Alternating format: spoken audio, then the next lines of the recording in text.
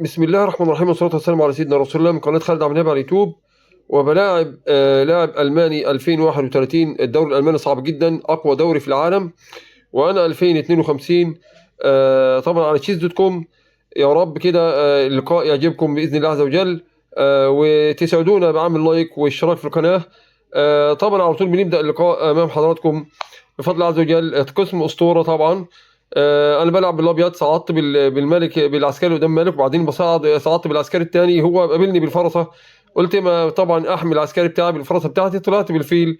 قابلني هو طبعا عايز ياكل، اكلت الاول، وبعدين جيت بكش الملك، صعد بالفرسه، وبعدين صعدت انا بالفرسه عشان ابيت. طبعا هجم عليا بالعسكري، اكلت الفرسه بتاعته،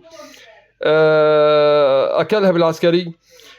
جيم كله بلندرات صعب جدا جدا، جيب مؤلم، حاجه فظيعه جدا. شوفوا حضراتكم. طبعا هو ده يعني في حد ذاته انا بطلب هنا الرخ. عندي كانت لعبه قاتله من البدايه، ما خدش بالي منها. ده طبعا يعني بريليانت صعب جدا كمان. كلت وبطلب وزير طبعا، وخدت الرخ ببلاش امام حضراتكم، الطابيه ببلاش هي بالفرصه. اكل طبعا الفيل اكل فرصه بالفيل بتاعه، وبعدين اكلت طبعا بهدد وزيره. هو جه وكل الوزير بتاعي، وبعدين اكلت طبعا هنا الفرصه بتاعته، اكل عندي هنا كش مات. حط الفيل بتاعه، طبعا جيت هنا ضربت الفيل بالطابيه، عمل طبعا بلندر صعب جدا، وعملت بريليانت عالمي من خالد عبد النبي، وطلبت هنا كش مات على طول مباشره، ما عادش فيها خلاص هيستسلم. طبعا برجع الاشتراك في القناه وعمل لايك الفيديو، وفعلا استسلم. شكرا لحضراتكم، السلام عليكم ورحمه الله وبركاته.